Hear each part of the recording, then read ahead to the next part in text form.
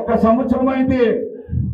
ఈ రోజు వైఎస్ఆర్ కాంగ్రెస్ పార్టీ వాళ్ళు కేసులు పెట్టకుండా మనం పెట్టింటే ఒక్కడు కూడా బయటికి వెళ్ళిపోకుండా వైఎస్ఆర్ లీడర్ని ఇంట్లో కూర్చోబెట్టచ్చు.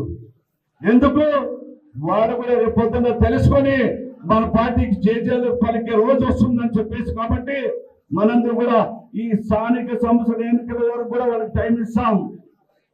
బుద్ధి మార్చుకొని మా పార్టీలోకి వచ్చి మా పార్టీ తీర్థం పెంచుకొని మా ఆశీర్వాదం పొందితే కానీ, లేదా రేపు స్థానిక సంస్థల ఎన్నికల్లో తల ఊపితే మాత్రము తోక కత్తరించి సున్నమంటే మన లోకేష్ బాబు రెడ్డి బుక్ ఓపెన్ చేస్తాడేమో కానీ, క్లోజ్ చేస్తాడేమో కానీ, రేపు స్థానిక సంస్థల ఎన్నికలు అయిన తర్వాత రెడ్ బుక్ నేను ఓపెన్ చేస్తానని చెప్పింది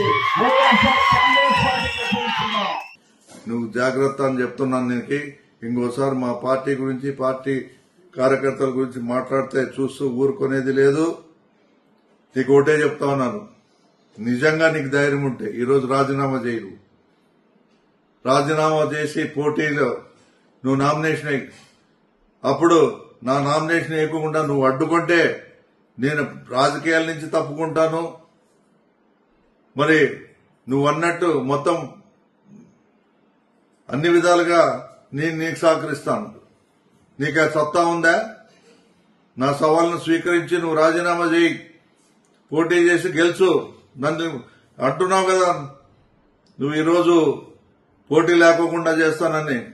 అంతెందుకు, నువ్వు నేనే తెలుసుకుందాం. నువ్వు రాజీనామా చేయి, నా నామినేషన్ పడుతుందా? నన్ను నామినేషన్ వేయకోకుండా నువ్వు అడ్డుకోగలిగితే నేను రాజకీయాల నుంచి తప్పుకుంటాను, రాజకీయ సన్యాసం తీసుకుంటాను.